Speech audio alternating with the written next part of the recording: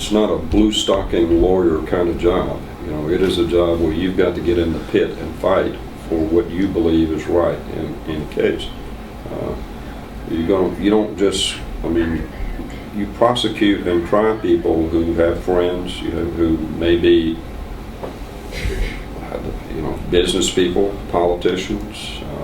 That's the political part of this job. People. That's what you do. So what you do is not always the popular thing to do. You have to do unpopular things. A United States senator who had been early in his career a prosecutor told me when I became a DA that, you know, if you're not making enemies, you're not doing your job.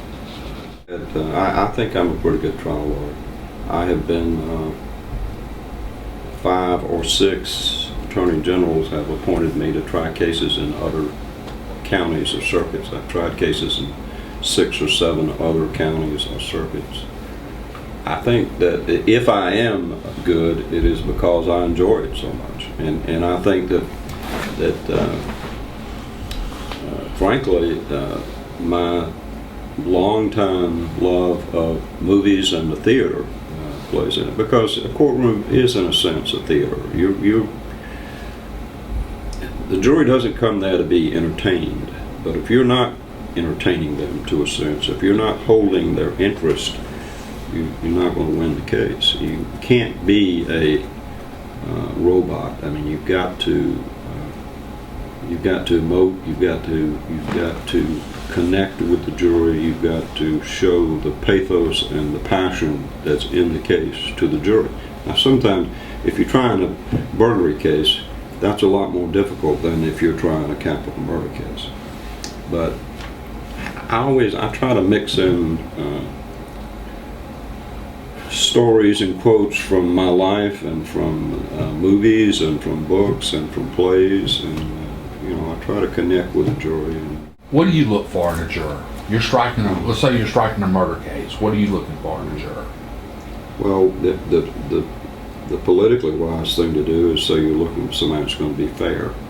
But of course, what you're looking for is somebody that's going to help you win the case. Somebody you think is going to be on your side. You don't pick a jury. Most people say, well, you're going to pick the jury. We don't pick a jury. What you do is you get rid of the people that you don't really want. You look at those people that, you know, I don't want that person. So you eliminate. You're eliminating the people that you don't want, and so's the other side. They're getting rid of the people that they don't want. Now they're trying to, you always have somebody on the jury that you want to save, so you structure your strikes to try to save that person. And you may well be doing that when you're doing voir dire and talking to the jury and asking them questions. Is that a chess game? So that's the chess game part of this, right? Yeah, sure, exactly.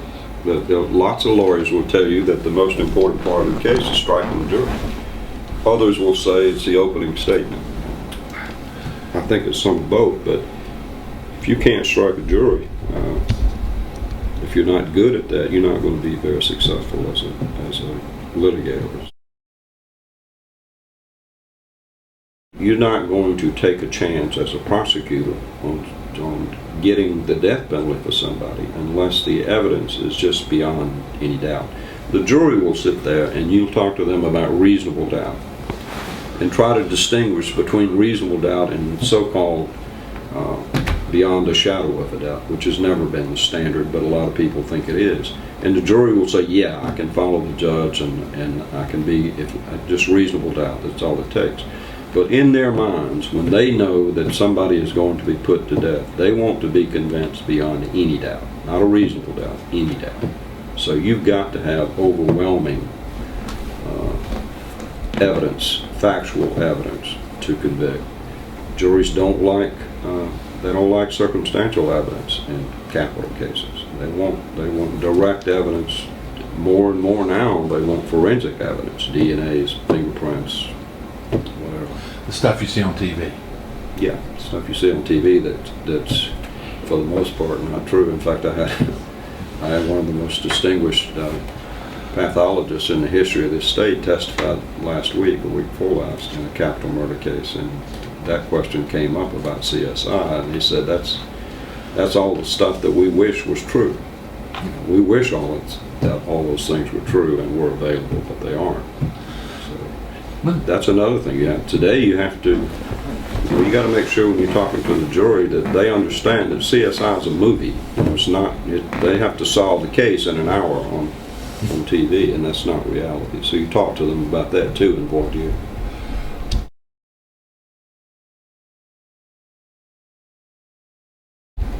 Our general fund money has been cut by 50% in the last 5 years. All the DA's offices in the state would be that way. Has crime been cut by 50%? No, crime hasn't been cut. Crime is growing daily. Every time the legislature passes a statute that is tough on crime, that creates a burden on prosecution.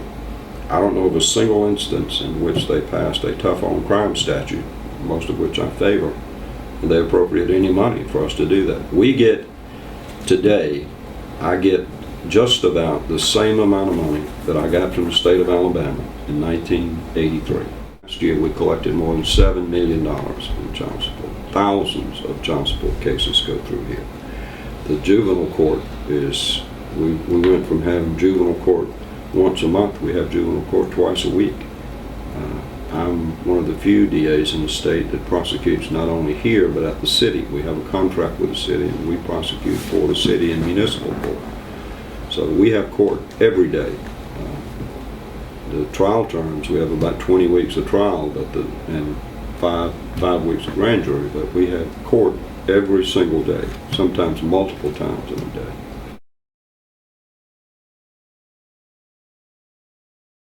You always have to remember this. In the Constitution and the code of this state, when it talks about the district attorney, it says that the duty of the district attorney and responsibility is to protect the innocent. Now what that means is we are the government. We can, my responsibility is to make sure that we don't put somebody to trial who is not guilty. Even though the evidence may be, there's evidence that he's guilty, it's my responsibility to not take a chance on convicting somebody who may not be guilty. So you have to weigh that. You have to always in my mind is this person guilty? Did they commit this crime? Do we have sufficient evidence for me to believe that there is a reasonable expectation that a jury will find this person guilty? We are the government. We have the power of the government, the authority of the government. That's awesome. That's an awesome responsibility.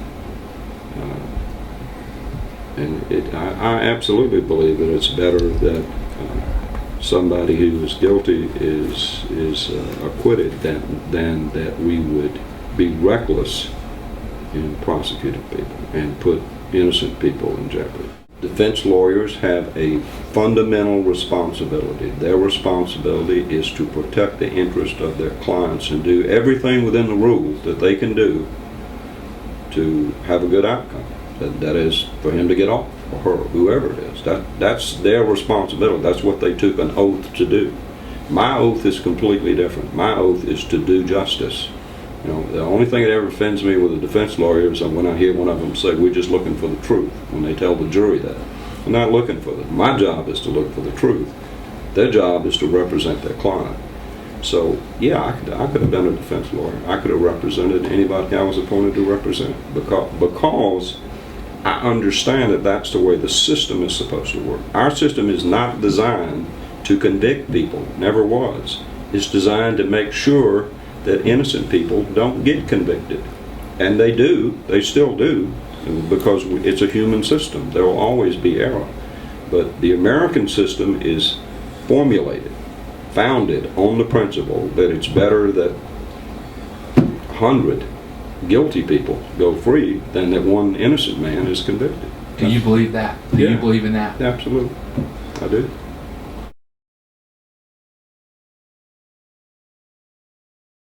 I've had governors, senators, people who became very successful civil lawyers tell me that the best job they ever had was being a DA. In fact, I had had a long-time prosecutor from Columbus, Georgia, a good friend of mine, who became a judge over there, and he told me the best job I ever had was being a DA. It's not the most lucrative job, but it is. It's a very satisfying job most of the time. When you lose something, when you lose a case that you put a lot in and you think a lot of, and you lose a case, that's a real downer. People ask me, how many cases have you won? Well, I've won a lot of cases, probably close to 90% of all the trials we've ever had, but you don't remember the ones you win, you remember the ones you lose. The thing I'm proudest of, if that question had been asked, is that we've tried in this county, since I've been the DA, we've tried the cases that can be lost. We've tried tough cases. We try those child sexual molestation cases that don't get tried in a lot of places. We try some cases that can be lost. In the movie Philadelphia, Tom Hanks' character, a lawyer, is on the witness stand in his civil lawsuit for his wrongful dismissal from this law firm. I don't know if you saw that movie.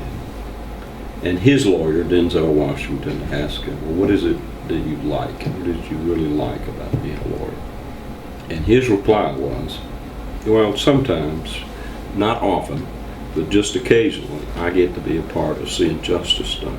I get to do that every day, every single day. And if that sounds melodramatic, that's just the way it is.